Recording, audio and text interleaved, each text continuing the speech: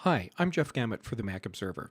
If you mistype a number when you're doing a calculation in Apple's calculator app on your iPhone, that isn't the end of the world. You don't have to start over. There's actually an easy way to correct those digital typos. Let me show you how.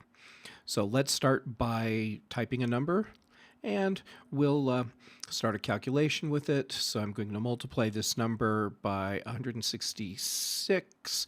Oh, wait, I actually meant 165. What I'm going to do is put my finger at the right edge of the screen where the number that I just typed is and swipe to the left. And you can see it got rid of that last digit that I typed. I can keep doing that and get rid of more digits. But in this case, I wanted that number to be 165. So, oops, did it again. 165, there we go.